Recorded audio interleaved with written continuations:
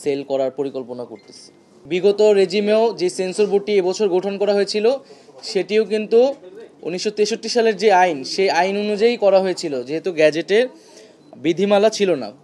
ফলে সেই ধারাবাহিকতায় সেটাকে অনুসরণ করেই আপাতকালীন সময়ে সিনেমার জগতে যাতে আর্থিক ক্ষতি না আসে ব্যবসায়ীদের, এই কারণে একটা আপাতকালীন আমরা সেন্সর বোর্ড তৈরি করেছিলাম।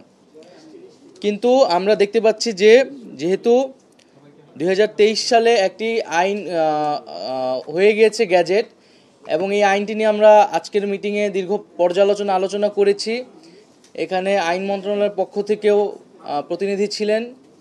তো সকলের মতামতের ভিত্তিতে আমরা সিদ্ধান্ত নিয়েছি যে আমরা যে সেন্সর শব্দটিকে সেই শব্দটিকে আমরা বাদ দিয়ে দিচ্ছি, এবং আমাদের যেই 2023 সালের আইন বাংলাদেশ চলচ্চিত্র সার্টিফিকেশন আইন, সেই আইন অনুযায়ী আমরা দ্রুত সময়ের মধ্যে প্রজ্ঞাপন দিয়ে এই সার্টিফিকেশন বোর্ডটাকে পুনর্গঠন করব।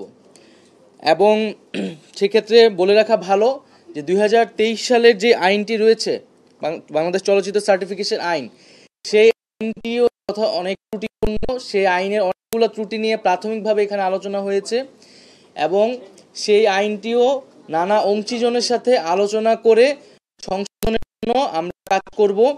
সেই প্রস্তাবনা তৈরি করা হবে।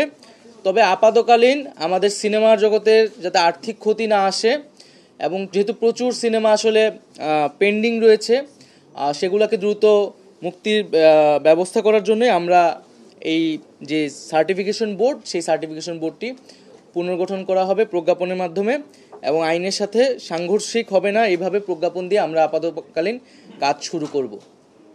তো এটি ছিল আমাদের সেন্সর বিষয়ে আমাদের অবস্থান। এবং যদি আপনাদের কোনো বক্তব্য থাকে সাংবাদিকদের পক্ষ থেকে, তাহলে আপনারা বলতে পারেন। হ্যাঁ।